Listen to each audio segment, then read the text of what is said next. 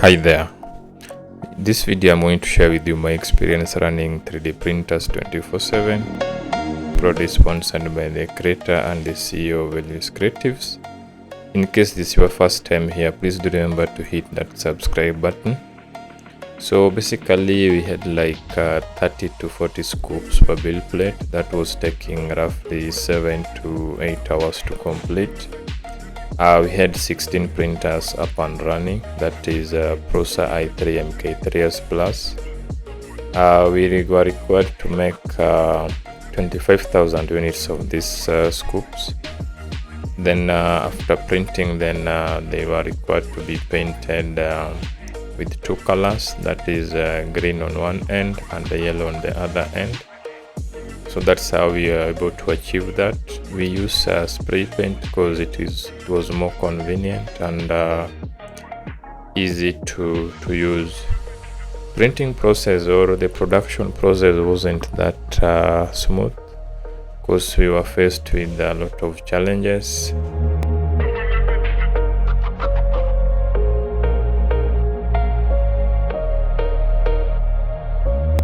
The first one was layer shift. The second one was clogged nozzle. Then we also had intertwined filament. Of course, lastly we had blackouts.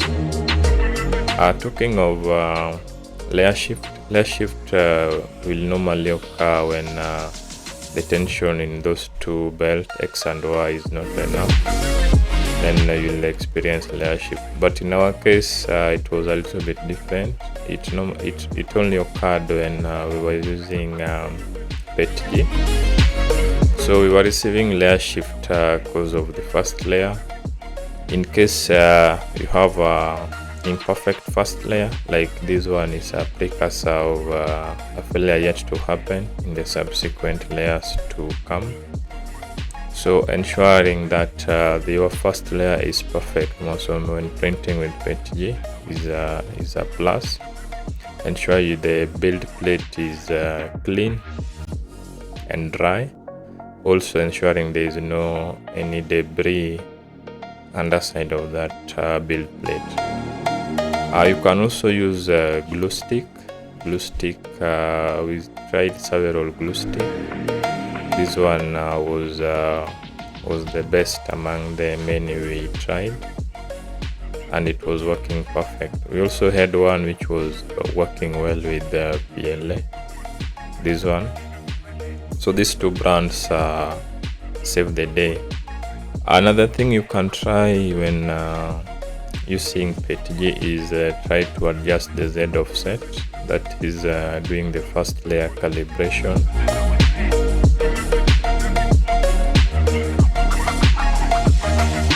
You can also do live adjustment, that is doing tuning when you already started your print. You can try to increase the nozzle temperature of the first layer. Also you can try to reduce the speed of the first layer, plus trying to reduce the fan speed. All this configuration you can just write them down, then now you go ahead and slice your prints with those specific configuration. The next thing we faced was a clogged nozzle. This really gave us or this throw us into imbroglio state. But these are some of the common causes of nozzle clogging. But for our case, it is also different because we were running printers 24/7, and within the process, a lot of it was being generated. More so, this extruder motor was becoming too hot, then transferring this heat to this gear. The gear in turn make this plastic holder to be malleable. So in all that process, this gear starts to wobble. As it wobble, it will not provide enough grip to push the filament down. Also, as a result of too much heat, the pinda holder, this plastic, that plastic there was also becoming malleable. As a result, the level of pinder was being interfered with. We only noticed this when we were starting the next print. So we had to change these two plastics to a more heat resistant with PETG filament. We also changed the steel, the nozzle to hardened steel. Hardened steel is more robust to these kind of applications, so we opted for hardened steel. In the process, we also did the basic maintenance like tightening the belt and cleaning the gears. Hardened steel is also good with the abrasive filament in case, but for consistency, we realized that brass nozzle was giving more consistent print as compared to hardened steel.